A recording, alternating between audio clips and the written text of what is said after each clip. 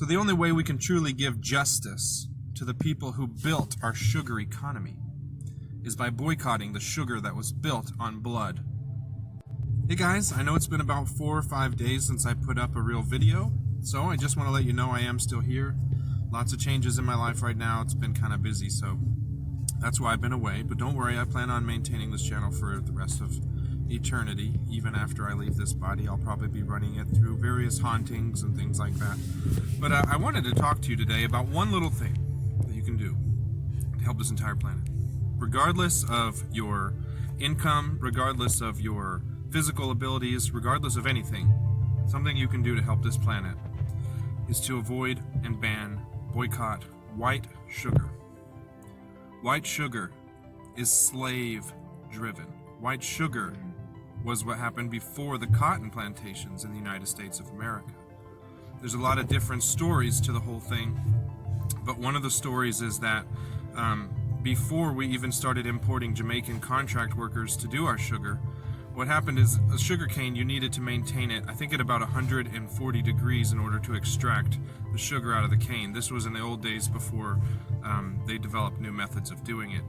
But no white worker wanted to stand there with a partner, you needed two at least, at 140 degrees and almost die. So what they did is they took slaves from Africa and from down in the Caribbean, and they made those slaves do the sugar work, because the slaves were expendable to them. If they died, it meant absolutely nothing. So they would have the slaves do it, one man or two men cranking this giant wheel that they would put the cane into, and it would extract the sugar out of the sugar cane. That's how it used to be done. And even further into time, when slavery was technically outlawed, what we would do in this country is we would tell people from Jamaica and from other Caribbean countries, you cannot come to the United States. However, we will grant you a visa if you work for us on this contract. If you break the terms of the contract, you will be sent back to your country of origin. Well, those contracts were extremely harsh and were basically slavery. They would make you work 14, 15 hours a day, extreme conditions. People would be chopping off their hands and legs, cutting down the cane.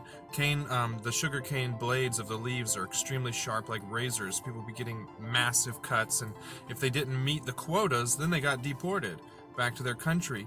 And so whenever you take a person and you say, you can have your dreams of coming to the United States, the best country in the universe, but you gotta be our slave first.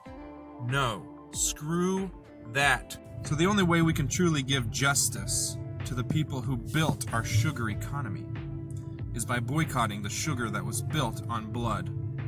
White sugar is stained blood red. Boycott sugar. Don't buy anything unless you know it's fair trade.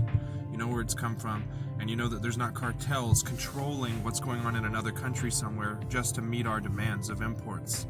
I would highly advise you go onto Netflix and watch a show called Rotten. Very worth it. Bye guys.